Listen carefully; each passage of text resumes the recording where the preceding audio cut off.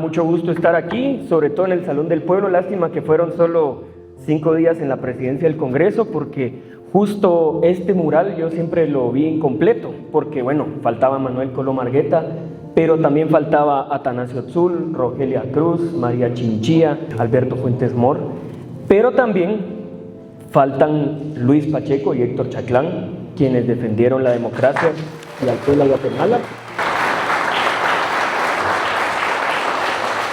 Que creo que no podemos permitirnos olvidar que siguen guardando una prisión absolutamente injusta y que pronto van a salir libres.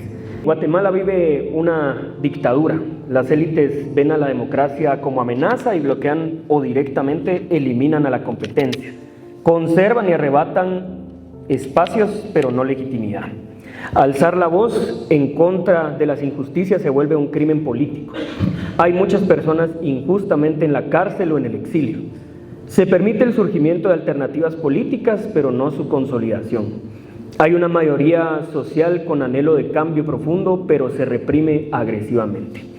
Absolutamente todo lo anterior es verdad decirlo en 2026, pero también en 1970. Hablar de Manuel Colom Argueta no es hablar de un buen alcalde, es hablar de un periodo de transición histórica inconcluso, de un país pendiente de construir, interrumpido abruptamente por la cobardía de élites poderosas que vieron su proyecto de país amenazado y hoy lo siguen viendo así. La gran diferencia es el tipo de represión. Mientras en la década de los 70 las dictaduras militares mataban a sus opositores, ahora las dictaduras judiciales cancelan partidos políticos, los encarcelan o los exilian, pero el anhelo de transformaciones profundas sigue absolutamente intacto. Creo que hay paralelismos históricos profundos, pero no como dos etapas distintas de la historia, sino como una línea de tiempo que quedó suspendida y hoy es momento de recoger la estafeta. Recuerdo cuando en la legislatura pasada, hace unos 6 años más o menos, Alvarito Arzú intervenía en el Pleno para asegurar con absoluta certeza que la ciudad de Guatemala era profundamente conservadora. Lo decía con la certeza de alguien cuyo proyecto político lleva más de 40 años en la municipalidad. Pero era muy fácil decirlo cuando se elimina la competencia, ¿verdad? Pero hoy el país está viviendo un momento de transición política en varios sentidos. Desde el 2015 empieza un periodo de politización en donde se cuestionan en sus bases más estructurales el proyecto de país que finalmente se consolida como un régimen de corrupción e impunidad. Lo representó perfectamente el gobierno del Partido Patriota, lo vulgarizó el gobierno de Jimmy Morales y lo radicalizó el gobierno de Alejandro Yamatei.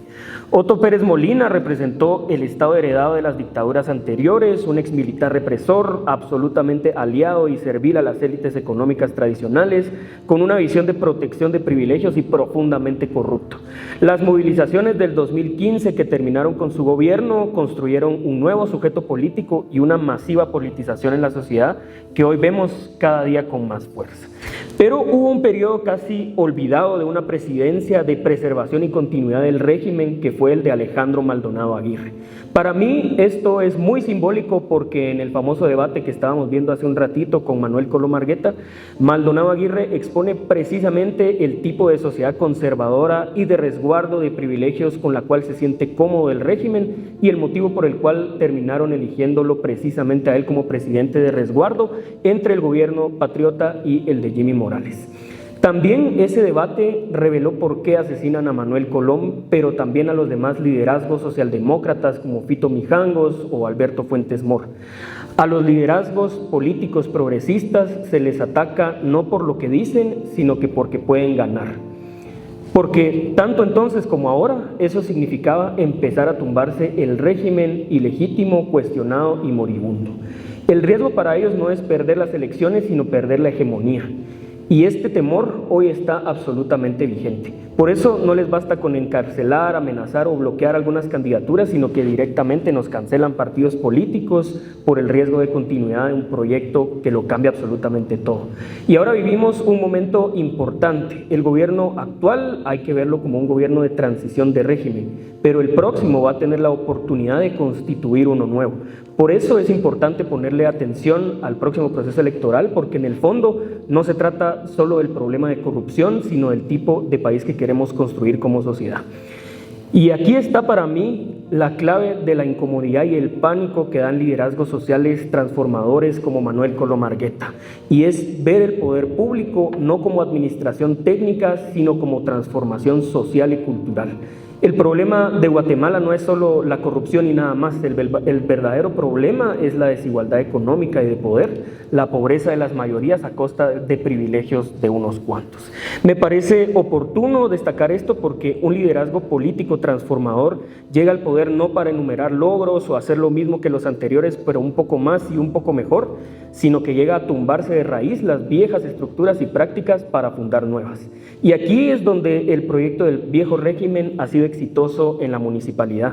Los unionistas, los de Creo y todos los demás satélites han tecnificado la administración municipal cuando es un espacio de disputa política e ideológica. Y esto fue precisamente lo que hizo Manuel Colom.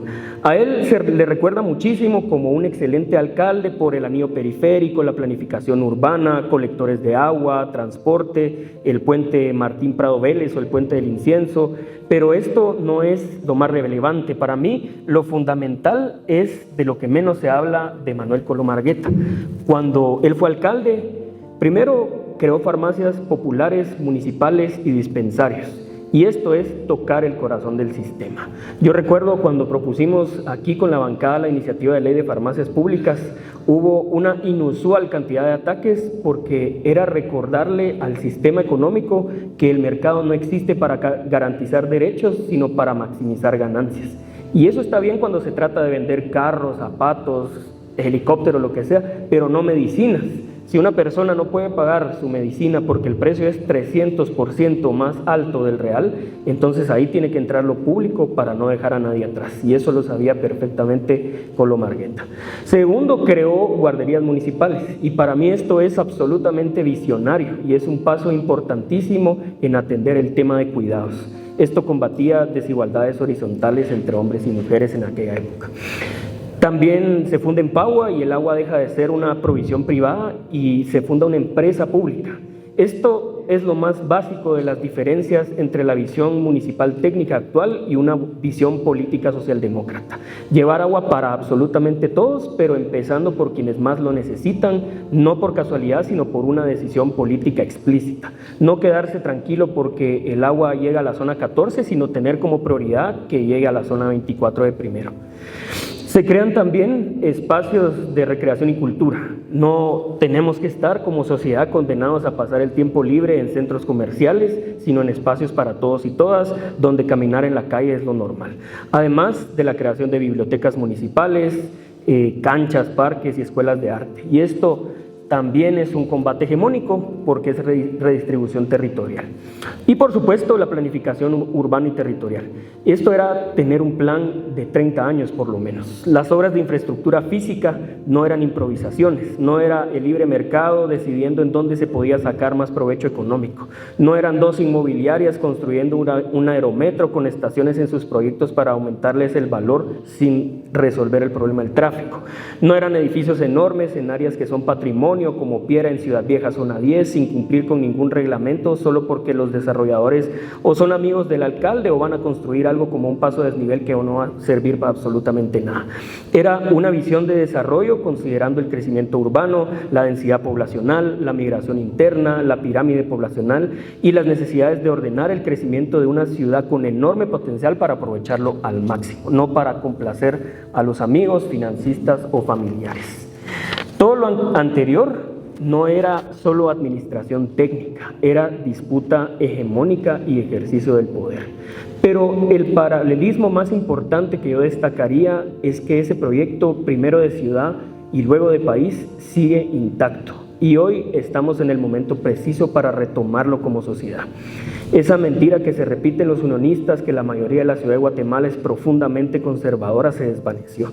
Y lo más esperanzador es que las ideas de Manuel Colom Argueta fueran sembradas en terreno fértil y esas semillas ahora tienen raíces fuertes que no van a poder arrancar.